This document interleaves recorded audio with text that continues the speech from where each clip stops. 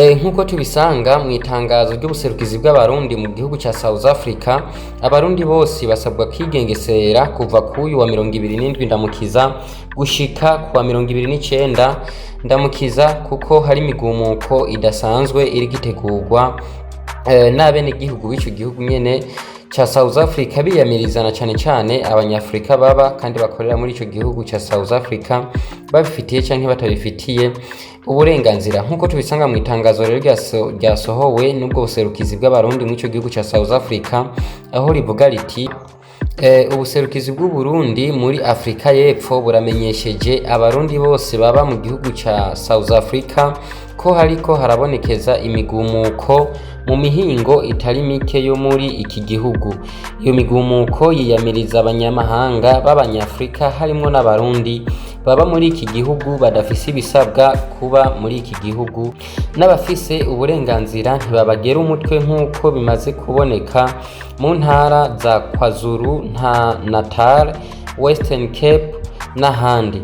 Amakuru amaze kudushikira aravuga yuko iyo migumuko iriko irategurwa kubera mu ntara ya Gauteng, Johannesburg, Pretoria n'ahandi kuva kuri uyu wa 27 ndamukiza umwaka wa 2026 gushika kuwa 29 ndamukiza umwaka wa 2026, igihe iki gihugu gisanzwe gihimbaza ubwigenge. Hakavugwa ko hazokogwa ibintu bitari vyitezwe no mu mice bitari vyitezwemwo.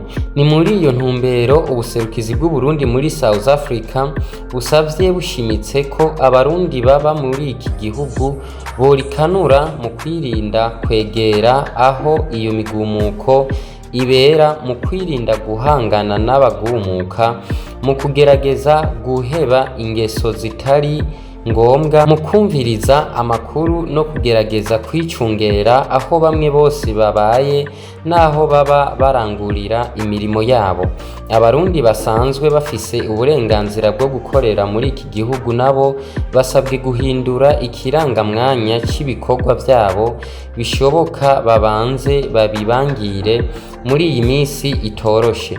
Izo mpanuro zikaba zitanzwe mu ntumbero yo gucungera ubuzima n'amatungo vy'abarundi baba muri iki gihugu. Mu kurangiza, ubuserukizi bw'u Burundi muri South Africa busavye abarundi mwese gutanga inkuru y'ibiriko biraba mu karere uherereyemwo ukacisha ku rubuga ambassador2021@yahoo.com canke akavugana n'umuhanuzi wa mbere w'ubuserukizi kuri guteranya 2566265 canke guteranya 27738981471. Wowe ushaka amazi meza asukuye kandi atekanye ku buzima bwawe n'umuryango wawe, Samuel's Hope Water Service yabazaniye amazi meza yizewe kandi yujuje ubuziranenge bwose. Amazi yacu aratunganywa neza kugira gufashe kubaho neza, wirinde indwara zituruka ku mazi mabi. Amazi asukuye kandi aryoshe, ubuziranenge bwizewe, abereye bose, imiryango, amashuri n'amashirahamwe. Hitamo ubuzima bwiza, hitamo Samuel's Hope Water Service. Twandikire cyangwa duhamagare kugira turungike amazi aho uri hose kuri guteranya 25662499951. Samuel's Hope Water Service yaje hageze. Diaspora da Sinzira